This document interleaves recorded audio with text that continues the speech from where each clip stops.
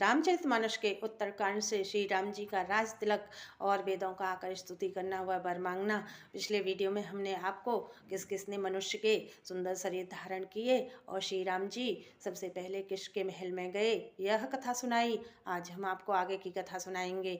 शंकर जी कहते हैं, हे पार्वती, अवधपुरी बहुत ही सुंदर सजाई गई। देवताओं ने पुष्पों की वर्षा की झड़ी लगा दी।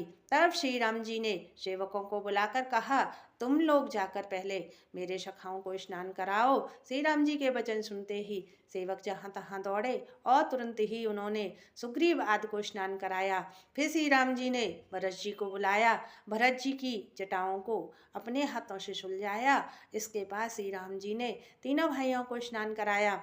भरत जी का भाग्य और श्री राम जी की कोमलता का वर्णन अरबों से भी नहीं कर सकते।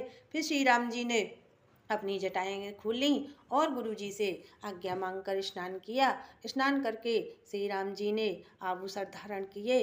उनके सुशोभित अंगों को देखकर सैकड़ों कामदेव भी लजा गए। उधर सासुओं ने सीता जी को स्नान कराकर उनके अंग अंग में दिव्य वस्त्र और आभूषण भली भांति पहना दिए। श्री राम जी की बाई ओर रूप और गुणों की खान सीता जी सुशोभित हो रही हैं। उन्हें देखकर सभी माताएं अपना जीवन सफल मानकर हर्षित हुईं। काकभूषण जी कहते हैं, हे पक्षीराज गरुड़ जी, सुनिए।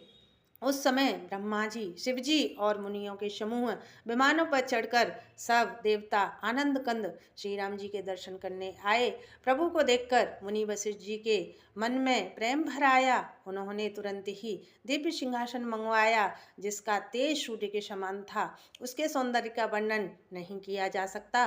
ब्राह्मणों को सिर नवाकर श्री राम जी उस सिंहासन पर विराज गए। सीता जी सहित श्री राम जी को देखकर मुनियों का समूह अत्यंत ही हर्षित हुआ। तब ब्राह्मणों ने वेद मंत्रों का उच्चारण किया। आकाश में देवता और मुनि जय हो पुकारने लगे। सबसे पहले मुनि वशिष्ठ जी ने श्री राम जी का तिलक किया। फिर उन्होंने सब ब्राह्मणों को तिलक करने की आज्ञा दी। पुत्र को सिंहासन पर देखकर सब माताएं हर्षित हुईं और उन्होंने हर्षित होकर बार बार आरती उतारी। माताओं ने ब्राह्मणों को अनेक प्रकार के दान दिए और संपूर्ण याचकों को माला माल कर दिया। त्रिभुवन के स्वामी श्री राम जी को अयोध्या के सिंहासन पर विराजमान देखकर देवताओं ने नगाड़े बजाए। आकाश में नगाड़े बज रहे हैं, गंधर्व और किन्नर गा रहे हैं, अप्सराओं के झुंड नाच रहे हैं, देवता और मुनि परम आनंद प्राप्त कर रहे हैं।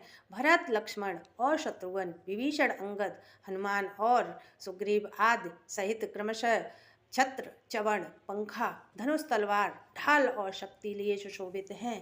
जब सब देवता स्तुति करके चले गए, तब भाटों का रूप धारण करके चारों वेद वहां आए जहां श्री राम जी थे। श्री राम जी ने उन्हें पहचान कर बहुत ही आदर किया। इसका वेद किसी ने नहीं जाना। वेद गुणगान करने लगे और कहने लगे, हे करुणा के धाम प्रभु, हे सद्गुणों की खान, हे देव, हम वर मांगते हैं कि मन कर्म वचन से विकारों को त्याग कर आपके चरणों में ही प्रेम करें। वेदों ने सबसे पहले ही यह श्रेष्ठ विनती की। फिर वे अंतर्ध्यान हो गए, ब्रह्मलोक चले गए। तब शंकर जी वहाँ आए जहाँ श्री राम जी थे और गदगद वाणी में स्तुति करने लगे। शंकर जी का शरीर पुलकावली से पूर्ण हो गया। इससे आगे की कथा हम आपको अगले वीडियो में सुनाएंगे। कृपया आपको मेरी यह कथा अच्छी लगी तो लाइक और कमेंट करना। जय श्री राम, जय हनुमान। श्री शिवाय नमस्तुभ्यम।